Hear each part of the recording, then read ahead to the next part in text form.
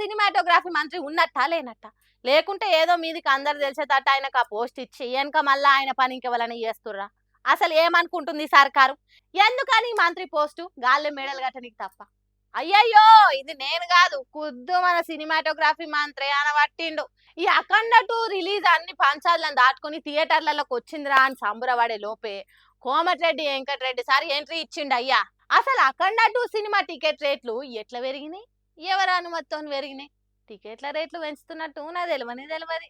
ఇప్పటి సంది ఏ సినిమా టికెట్ల రేట్లు పెంచే ప్రసక్తే లేదు. హీరోలకు గన్ని కోట్ల రెమ్యునరేషన్ ఎందుకు ఇస్తున్నారు? నేను గ్లోబల్ సమిట్ కార్యంలో బిజీగా ఉండి మా ఆఫీసర్లు దానికి పర్మిషన్ ఇచ్చారు కానీ ఇప్పటి సంది గసంటి పప్పులేం ఉడకాయి. అయినా సినిమా అనేది మధ్య తరగతోళ్ళు సామాన్యులకు కూడా అందుబాటులో ఉండి అందరు చూసి ఎంజాయ్ చేయనీకే గిట్లా ఇష్టం ఉన్న టికెట్ ధరలు పెంచితే ఎట్లా? అంతేకాదు ఇప్పటి సంది సినిమా ఇండస్ట్రీలో ఎవ్వరు కూడా టికెట్ రేట్లు పెంచమని నన్ను అడగొద్దని బాంబు వేల్చిండు. అవును సారు, మనలో మన మాట. మీకు తెలవకుండానే ఇదంతా అయిందంటే జర ఇచ్చింద్రం అనిపిస్తుంది. అయినా తప్పులేదులే, ఎందుకంటే మీరు గ్లోబల్ సమ్మిట్ లో ఓపారి నేను ఐటీ మినిస్టర్ అన్నారు, స్టేజ్ ఎక్కి ఇండస్ట్రియల్ మినిస్టర్ అన్నారు. మీరు ఏమంటారో మీకే క్లారిటీ లేదు. ఇదో లెక్కన అని నవ్వుతురట సార్ గుస్సా అయిన తీరు చూసిన వాళ్ళు. ప్రేమిస్తే తప్ప? ప్రేమిస్తే చంపేస్తారా? అంతుంటే నువ్వు నీ బిడ్డనియ్యకు, వేరే పెళ్లి చేసుకో. అంతేగాని ఒక మనిషి పానం దిశాకు మీకెవరిచ్చిరు? ఆహా, మీరేమన్నా దేవుళ్ళ, మీరేమన్నా పానం పోసినోళ్ళ? ఆ పిల్లగాన్ని పెంచి పోషించిరా? చదవనికే లచ్చల లచ్చల ఫీజు కట్టిరా? థూ, ఇంత నన్న సిగ్గు శరం ఉండాలి మనిషి పుట్టుక పుట్టినందుకు. పెళ్లి ఇష్టం లేకపోతే మా పిల్లనియ్యం, లగ్గం చేయమని ఇంట్లో ఊసబెట్టుకొని తాళం వేసుకో గాని పెళ్లి గురించి మాట్లాడతామని ఇంటికి పిలిపించి కొట్టి చంపేస్తారా? ఇదేం న్యాయం? పాపం మైసమ్మ కూడా సెయింట్ పీటర్స్ ఇంజనీరింగ్ కాలేజ్ లా బీటెక్ సెకండ్ ఇయర్ చదువుతున్న శివసాయి అనే పిల్లగాన్ని అదే కాలేజ్ లా ఆయన సోపతి పిల్ల శ్రీజ అనేట ఆమె లవ్ ఆడుతుందట. ఇక ఇద్దరు ఒకరినొకరు గాఢంగా ప్రేమించుకుంటారట. ఇదే ముచ్చట గురించి పిల్లోళ్ళ ఇంటోళ్ళు పిల్లగానికి ఫోన్ చేసి ఇంటికి రా, మీ పెళ్లి గురించి మాట్లాడేది ఉందని పిలిపించారట.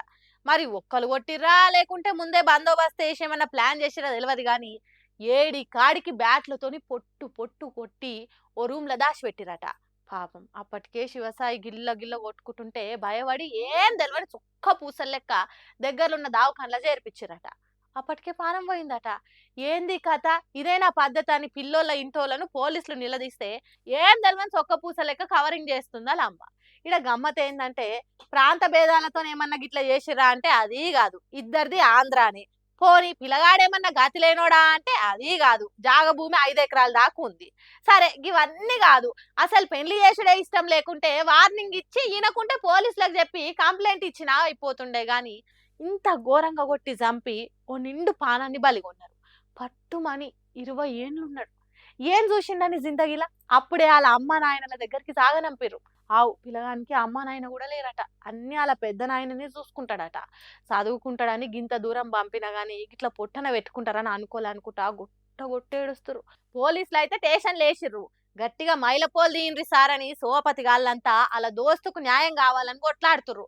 పాపం తల్లి, ఇంతటి గోస పగోళ్ళకు కూడా రావద్దు. ఇగో చూడండి, పెళ్లి చేసే ఇష్టం లేకపోతే ఊకొరి, అంతేగాని ఒకళ్ళ పానాలు తీయాలన్న ఆలోచనను ఆడికే చంపేయండి. ఎవళ్ళ బతకాలు బతుకుతారు. మారుతున్న కాలానికి తల్లిదండ్రులు కూడా జర మూర్ఖత్వం ఇడిచి దమాకులు పెట్టి ఆలోచన చేస్తే మంచిగా ఉంటది. అయినా పిల్లల ఆనందం కంటే ఇంకేం కావాలి మీకు? థూ, తమాం గిట్ల తయారై పడైంది లోకం.